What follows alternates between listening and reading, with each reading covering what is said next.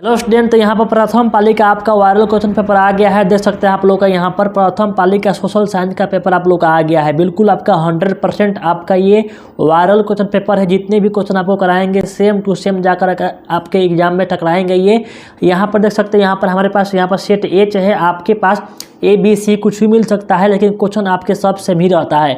यहाँ पर विषय कोड आप देख सकते हैं 1 से 11 होता है आपका प्रथम पाली का। बिल्कुल आपका 100% आपका ये वायरल क्वेश्चन पेपर है। सभी स्टूडेंट इसे बिना पढ़े जाएंगे तो समझिए कि बहुत दिक्कत है। इस पूरे क्वेश्चन को आप याद करो प्रथम पाली के सभी स्टूडेंट, और जाओ एग्जाम में पूरा गर्दा मचाओ। ठीक है, बिल्कुल आपका 100% है। पूरे क्वेश्चन को आप लोग को याद कर लेना है और तब एग्जाम देने जाना है। बिल्कुल आप लोग का पूरा क्वेश्चन आपके बन के आएगा प्रथम पाली के जितने भी स्टूडेंट है सभी का। चलिए इसका हम फटाफट आपको आंसर बता दे रहे हैं। फटाफट से आप लोग को इस पूरे क्वेश्चन को आप लोग को याद कर लेना है। ठीक है, और यहाँ पर देखो पहले ही हम यहाँ पर आंसर टिक कर लिए हैं क्वेश्चन का कि कौन कौन आंसर होगा, ताकि आपको बताने में हमको ज़्यादा टाइम ना लगे और फटाफट से कम समय में वीडियो बन सके। चलिए यहाँ पर हम शुरू करते हैं।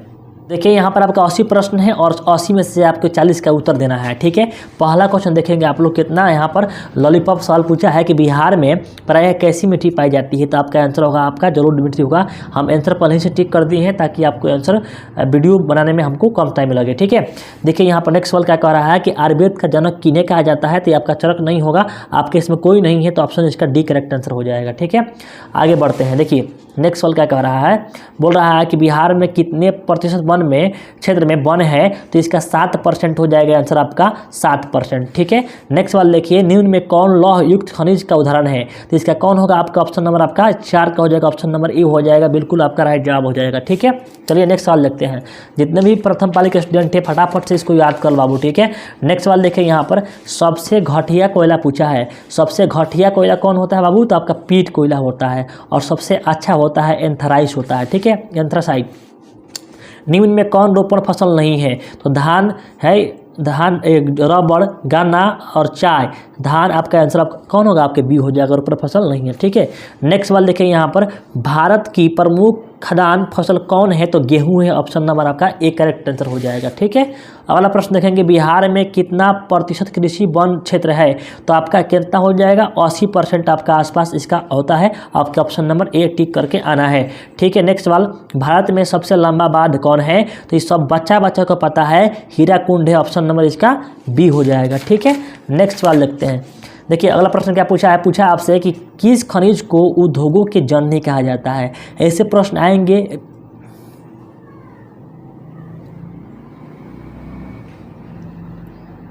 तो देखिए अगला प्रश्न क्या कह रहा है कि किस खनिज को उद्योगों की जननी कहा जाता है। ऐसा प्रश्न आपका आया है, बिल्कुल आपका लॉलीपॉप सवाल है। ऑप्शन आपका सी हो जाएगा, लोहा को।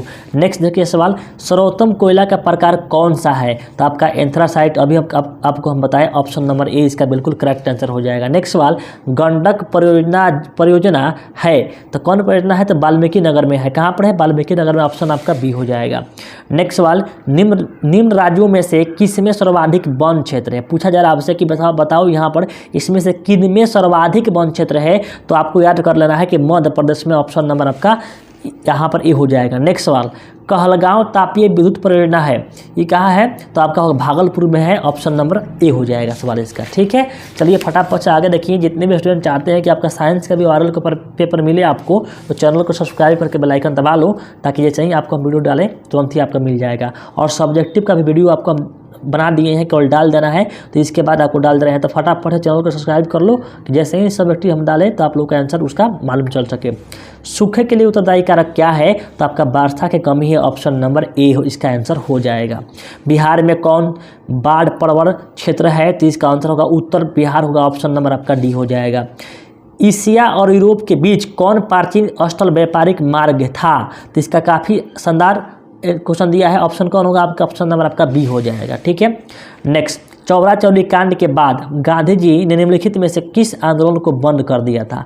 तो असहयोग आंदोलन को बंद कर दिया था, आपको पता होगा, ऑप्शन नंबर सी हो जाएगा। ठीक है, नेक्स्ट अंतर्राष्ट्रीय मजदूर दिवस कब मनाया जाता है बाबू। तो इसका आंसर होगा 1 मई को, ऑप्शन नंबर आपका बी हो जाएगा। ठीक है, नेक्स्ट सवाल की ओर बढ़ते हैं। नेक्स्ट सवाल देखिए क्या कह रहा है, बोल रहा है कि वर्तमान में भारत में कितने केंद्र शासित प्रदेश है। तो पहले 7 थे, अब यहाँ पर 8 है। कितना है? 8 है। यहाँ पर 9 मत मारना, 8 है। ठीक है।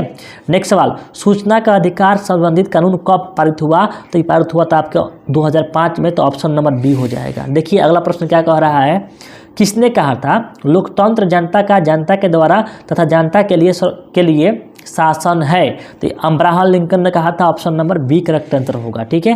पंचायती है ना, पंचायत राज संस्थाओं को संवैधानिक दर्जा किस संविधान संशोधन से प्राप्त हुआ है। तो यहाँ होगा 73 हो जाएगा। ऑप्शन नंबर आपका बी हो जाएगा। भारत में लोकतंत्र की सफलता में क्या बाधा है। तो यहाँ पर अशिक्षा, गरीबी, बेरोजगारी, ये सभी है। तो आपका option number B correct answer हो जाएगा। ठीक है। आगे देखेंगे, 3 कठिया प्रणाली किन पर लागू थी। तो किसानों पर लागू थी। यहाँ पर ऑप्शन नंबर आपको याद रखना है। ठीक। जालियांवाला बाग हत्याकांड की जांच के लिए सरकार ने किस समिति का गठन किया था। तो हंटर समिति का गठन किया था। ऑप्शन नंबर आपका ए हो जाएगा। ठीक है। नेक्स्ट सवाल देखिए, डॉक्टर राजेंद्र प्रसाद का जन्म स्थान कहाँ पर है। तो आपका बिहार में है। बिहार के आपका जीगादेई में, सिवान में है। ठीक है। नेक्स्ट सवाल देखिए,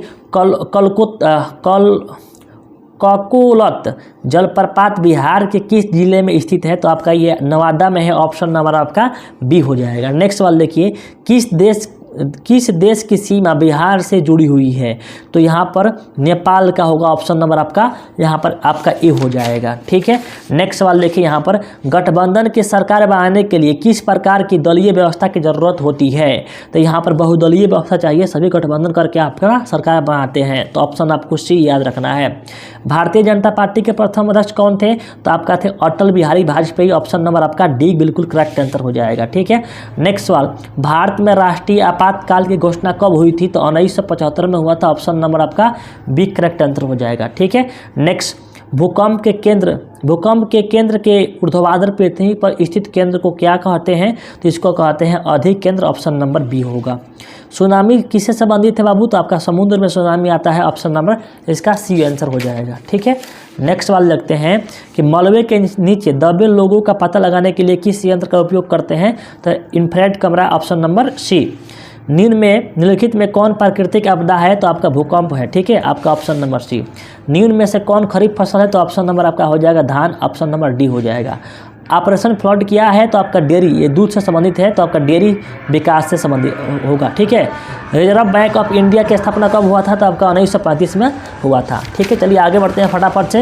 आंसर आपको बता रहे हैं, पूरा याद कर लो। बिल्कुल आपका 100% जाकर सेम टू सेम इसी में से लड़ेगा। और ईमानदारी से इस वीडियो को चाहते हैं कि आपका एक पेपर बहुत अच्छा जाए। तो इस वीडियो को ईमानदारी से सभी दोस्त के साथ ग्रुप में, व्हाट्सएप, एचएस सब जगह यहाँ पर शेयर कर देना। पूरा बिहार में फैला देना है।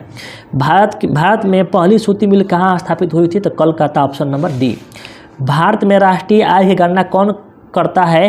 तब करता है CSO, केंद्रीय सांख्यिकी संगठन। ऑप्शन नंबर आपका क्या हो जाएगा। ऑप्शन नंबर आपका हो जाएगा ऑप्शन नंबर आपका 41 का ए।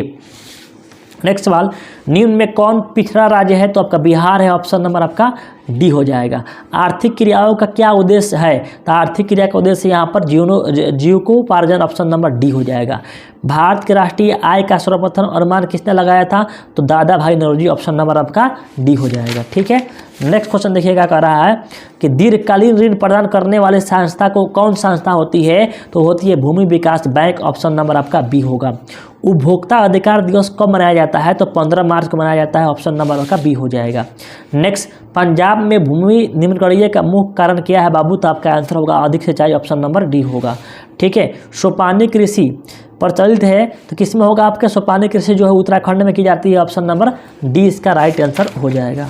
ठीक है। आगे देखिए, बिहार में रज्जू मार्ग कहाँ पर है। तो आपका राजगीर में है। ऑप्शन नंबर आपका बी हो जाएगा। सासाराम नगर का विकास कब हुआ था। तो आपके मध्य युग में। ऑप्शन नंबर आपका ए हो जाएगा। गोविंद सागर कृत्रिम जलाशय से संबंधित है। तो आपका 51 का हो जाएगा। ऑप्शन नंबर यहाँ पर रिहंद बांध से। Option number A. नेक्स्ट सवाल, सर्वाधिक भूस्खलन प्रवण राज्य है कौन है। तो आपका यहाँ पर ए हो जाएगा, उत्तराखंड हो जाएगा। बिहार का कौन सा भाग सर्वाधिक सूखा से रहता है। तो आपका दक्षिणी भारत सूखा से रहता है। और उत्तरी भारत, दक्षिणी बिहार सूखा में और उत्तरी बिहार पूरा पानी में। ठीक है। बाढ़ आ जाता है उत्तरी बिहार में। 1871 में कौन सी संधि हुई थी बाबू। तो आपका फैनफ्रंट की संधि हुई थी। आपका option number A correct answer होगा। 1830 की क्रांति के बाद फ्रांस में किस प्रकार का शासन स्थापित हुआ? तो ये हुआ था संवैधानिक राजतंत्र हुआ था। नेक्स्ट सवाल, रूस की बोल्शेविक क्रांति का नेतृत्व किसने किया था? तो लेनिन ने किया था। ऑप्शन नंबर सी इसका करेक्ट आंसर हो जाएगा। निम्न में कौन संचार सेवाओं का अंग है? तो इसका आंसर होगा इनमें सभी आपका अंग है। ऑप्शन यहाँ पर डी करेक्ट आंसर होगा। मानवीय पूंजी निर्माण का मुख्य घटक क्या है? तो यहाँ पर सब हो जाएगा, यहाँ पर ऑप्शन नंबर डी हो जाएगा। ठीक है, नेक्स्ट सवाल देखेंगे आप लोग कि वैश्वीकरण का अर्थ क्या होता है? तो विश्व अर्थव्यवस्था से मिलना यानी समन्वय करना। ऑप्शन नंबर सी हो जाएगा। अर्थव्यवस्था के किस क्षेत्र से हरित क्रांति संबंधित है? तो ये आपका तृतीय यहाँ पर प्रथम से हरित क्रांति आपके किससे होगा? प्रथम से हो जाएगा। ठीक है, नेक्स्ट सवाल, निम्नलिखित में से कौन सा संस्थान भारत में मुद्रा जारी करने के लिए अधिकृत है? तो आपका reserve bank of India. Option number A हो जाएगा। नेक्स्ट सवाल, बिहार राज्य है, बिहार राज्य क्या है? तो कृषि प्रधान राज्य है। ऑप्शन नंबर आपका डी हो जाएगा।